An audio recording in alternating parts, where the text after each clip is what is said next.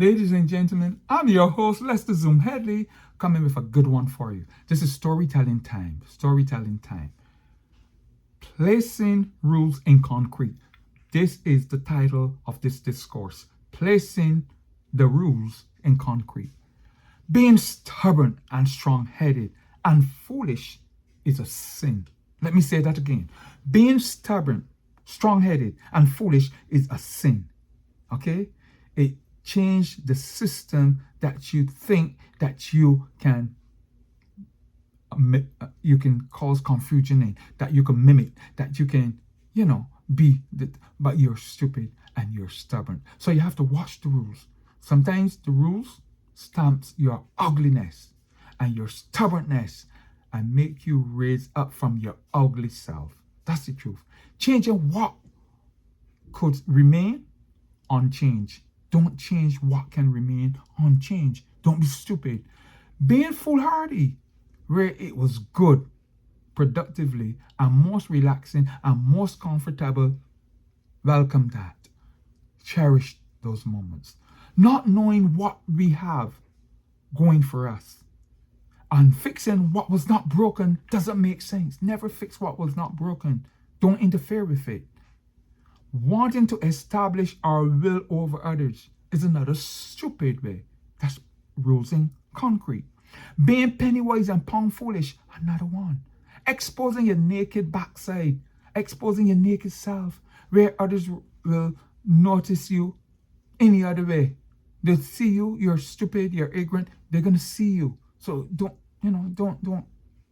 go there and try to draw all the attention upon yourself.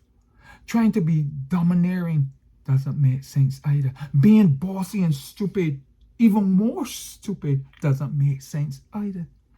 Not being able to read and interpret and negotiate situations doesn't make sense either. Now here's a story for you. That was the lead up to the story. Ruth and Gullibor, her husband of 16 years, they had 7 children between them. 7 children between them. Some common law children, some stepchildren, but 7 in total. It was a close knitted family and they all live in a 4-bedroom home. Both Ruth and Gullibor, her husband, were both hard-working people. They were extremely hard.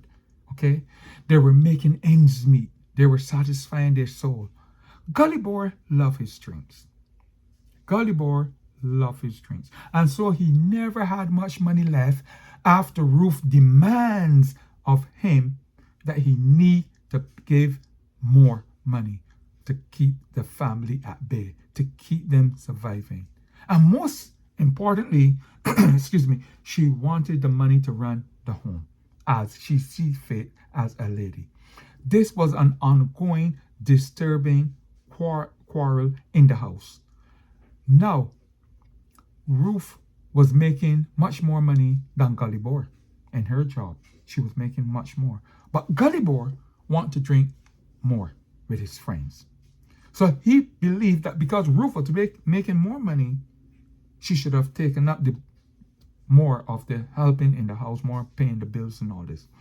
So he only said it one way, and she said another way. So wait. Here's what happened.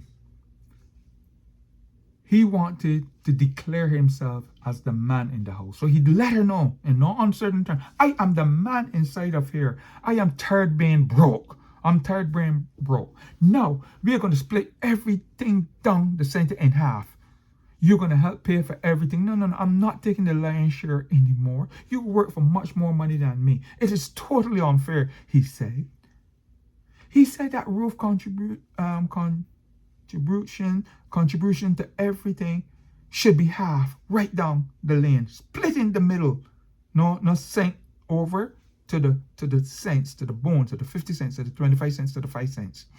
Perhaps he would have moved, and perhaps he would have hid, and perhaps he might have more money available. So he thought when he decided to call out that a spade, everything split down in half. So he demanded that everything be split down in half. Exactly what I told you. Well, He disturbed an ant's nest. He disturbed a beehive. He upset the golden apple cart. And Ruth would have none of that. A woman is not going to give into that so easily like that. A woman is always smart. She's always thinking. You have to be mindful of what you're saying to her. Even if you're in anger, if you're playmating, if you're having fun, be careful. Don't say nothing that's going to come back to bite you. Okay? Gulliver got his wish. See what I just told you? Gulliver got his wish. So Ruth waited 2 days to think through this thing. She wanted to think through this thing. He's a man in here. He's the man in here. Everything's splitting down in half. So she devised a plan for him.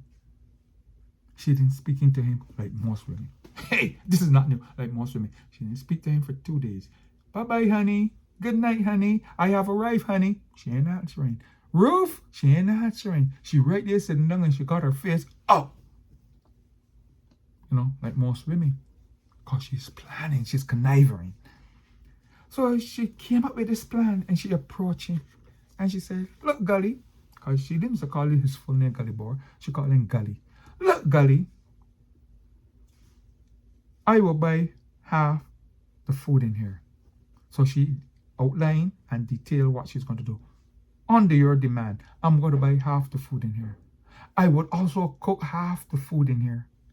And if I was boiling soup or cooking rice or chicken, beef, pork, what have you, if it's supposed to be cooked for 10 minutes, 5 minutes, 4 minutes, I dividing it in half. So when you come in, you will finish cook the remaining half. And don't ask me how much minutes I cook it for. You will cook. She said, I will clean half the toilet bowls and you will clean the other half. I will clean half the bathtubs and you will clean the other half. I will clean half the stove. If it get dirty up, you can clean the other half. I can clean the sink in the kitchen with some of the utensils and you can clean the other half. You want everything done in half? You can get everything done in half. You can get everything in half. When you come home, I don't care how tired you are. I don't care. The other half of everything you see, I can take out half the garbage and left the other half in the kitchen. You can take out the other half. You want everything done in half? Come. We can measure half of the floor. And I can clean half. We can measure it down to the feet and the inches. I can clean half and you can clean the other half. And our love making time will be cut in half as well. You can do half and I can do the other half. Oh God. Oh lost. Gully, you open up a can of worm, you disturb the beehive, you upset the apple cart. Oh my God, you don't mess with a woman. Oh lost. Don't mess with Ruth. Don't mess with women. Men, I hope you like this story. Now, Gulliver was in total shock hearing the demands. He was in total shock. He was suffering and enjoying a reincarnation of the soul, especially when it hit home at his manhood, to hear that everything would be cut in half, even the love-making portion would be cut in half. Because when Ruth said, it's time up, that's it. Don't care how sweet you're feeling, time up. You want everything done in half, Gully, so you got to take it. So listen, it played on his mind. It confused him. And after recourse, he said to Ruth, darling, I can continue paying the most of the mortgage. I can continue paying the light bill. I can continue paying the taxes. I can continue. He gave in. He gave in to Ruth, and Ruth won. Poor Gully boy. Ladies and gentlemen, keep an open mind. Be mindful and be careful what you say to your wife and your girlfriends and your ladies friend. They don't forget, they don't forgive you. They keep you like that. Boom, under control. Boom, under pressure. I kid you not. So until next time, keep an open mind. I hope you like this story. I hope it brings a smile upon your face. Thank you. Lester Zoom Headley signing out on this one. Thank you.